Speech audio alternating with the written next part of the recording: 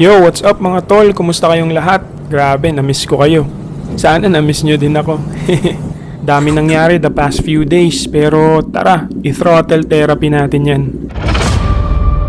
Nga pala mga tol, ang gamit kong bike ngayon ay Kawasaki Ninja 400 ng R&R Big Bikes for Rent. Sa mga nangangarap at gustong mag-upgrade or mag-transition to using a big bike, subukan nyo muna yung bike na gusto nyo. Nasa R&R Big Bikes for Rent yan. Meron lang naman silang 16 na big bikes mga tol. Kaya sigurado, pwede mo munang masubukan yung dream bike mo bago mo bilhin. From 400cc up to 1,300cc bikes meron sila mga tol.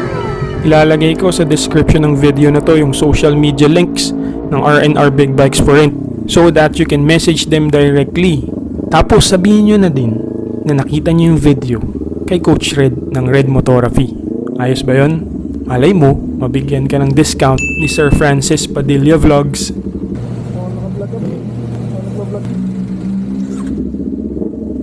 Yun, thank you kuya sa pag-fill up ng gas tank nito. So balik tayo sa kwento ko mga tol. So sabi ko nga sa inyo, marami nangyari the past few days. Isa na dyan ay yung nawala or na-wipe out ang halos 1 terabyte na content bank ko. Ang sakit, grabe. Wala na, less than 10% lang ang na-recover ko. Pero anyways, okay lang yun. Gawa tayo ulit ng malulupit na memories mga tol. Simulan natin ngayon. Mga tol, na mapapansin nyo, ibang point of view ang gamit ko ngayon sa video na ito. Subukan naman natin yung ganitong POV. Alam nyo mga tol, sobrang thankful ako sa suporta at pagmamahal na binibigay nyo sa akin. 6 months na ako dito sa motovlogging journey and 21,000 na tayo. Maraming salamat talaga.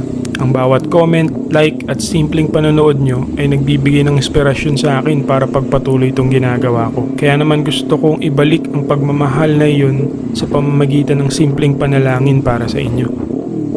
Bossing, maraming salamat po sa bawat isa sa mga nanonood ngayon.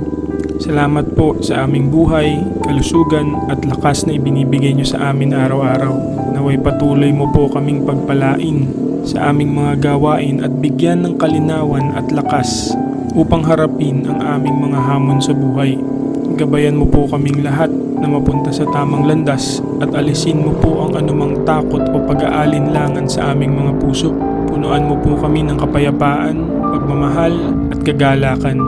At sa lahat po ng mga pinapangarap namin, nawa po ay samahan mo kami, ang bawat isa sa amin, sa bawat hakbang ng aming journey. Maraming salamat po bossing sa lahat ng biyaya at alam namin kasama ka namin sa bawat hakbang ng aming buhay.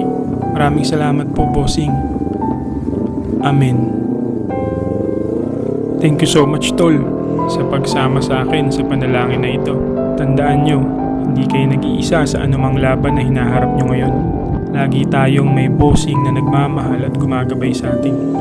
Stay strong, stay blessed, and always remember, let's live and fight for every next day. See you sa next throttle therapy tol. Ride safe!